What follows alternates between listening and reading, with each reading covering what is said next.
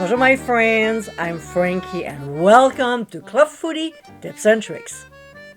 Side dishes complete a meal nicely, and that includes egg noodles.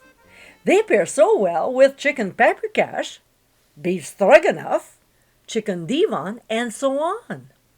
Here's the way I prepare them. So my friends, let's get cooking.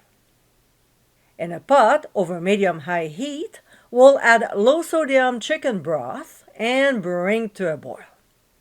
When it gets there, we'll add the egg noodles, stir to coat, and cook for 10 minutes. While they're cooking, we want to stir them often, alright? When time is up, we'll remove from the heat and drain the noodles in a colander. Next, we'll return them to the same pot and add butter. I use a lot of it. We'll stir until the butter is melted.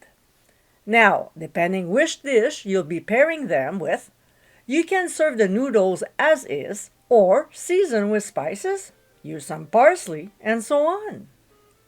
As you saw in this video, it's easy to cook egg noodles, plus the way I do it gives a nice buttery flavor to them. I hope you enjoyed tips and tricks of the day, and for many more, including recipes, visit clubfoodie.com. Until next time, my friends, bon appétit!